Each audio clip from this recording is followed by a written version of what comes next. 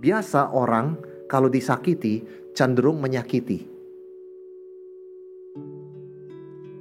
Saudara sekalian, orang yang kalau tidak hati-hati, ketika dia banyak disakiti, dia menyakiti. Kakak kelas seringkali menindas adik kelas dulu. Kenapa? Kita akan tindas adik kelas. Kenapa? Dulu waktu kita adik kelas juga dipelonco. Betul saudara sekalian? Karena mereka dulu dipelonco, mereka disiksa, ditindas, mereka menyiksa adik kelas mereka.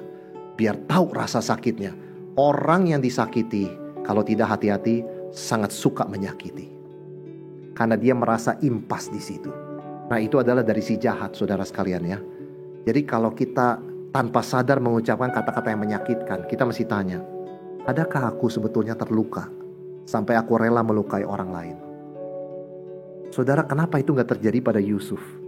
Yusuf tidak melihat secara kecil. Kalau dia melihat secara kecil dari sudut pandang manusia, dia hanya melihat aku kecil kan ya. Aku dijual, aku difitnah, aku dituduh, aku dicurigai, aku dimanfaatkan, aku marah, aku pahit, aku dendam. Itu sempit sekali. Dan itu menimbulkan balas dendam dan kepahitan. Tapi Yusuf melihat big picture. Tuhan, kamu mereka-reka yang jahat untuk aku, tapi Tuhan Allah mereka-rekanya untuk kebaikan. Saudara, mari kita melihat dari big picture. Mungkin kita sudah disakiti di masa lalu. Mungkin kita sudah dikhianati. Mungkin kehidupan kita berubah karena kita dibohongi atau ditipu oleh orang lain. Tetapi mari kita lihat big picture.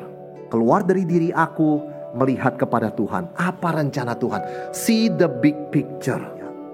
Itu sebabnya ketika ada masalah terjadi dan sakit hati muncul karena memori kita hidup lagi. Aduh, saya masih ingat saya dulu ya dipermalukan depan umum. Aduh, saya masih ingat saya dibohongi loh. Ketika itu muncul, see the big picture, saudara sekalian ya. Ingat, Tuhan sudah pakai itu untuk menuliskan kisah yang indah dalam hidup kita. Jangan kita putuskan kisah Tuhan yang tulis ini, kisah yang kudus ini. Kita tanya apa yang Tuhan sudah kerjakan melalui kepahitan itu. Apa yang Tuhan sudah lakukan dan berikan kepada saya melalui pelajaran di masa lalu itu. Dan apa yang sedang dia bentuk saya. Dia sedang menulis kisah kita ini, kisah hidup kita. Supaya bagaimana saya lebih serupa dengan Kristus. Maka kita melihat masalah sebagai bagian dari bigger picture, yaitu rencana Tuhan. Dan ini akan menolong kita tetap sabar dan bersandar pada Tuhan. Tidak perlu kita menyakiti hanya karena kita sudah disakiti. Gak perlu kita melukai hanya karena kita pernah dilukai. Gak perlu kita kasar sama orang hanya karena kita dulu dikasarin oleh orang. Karena Tuhan sedang menulis kisah hidup kita.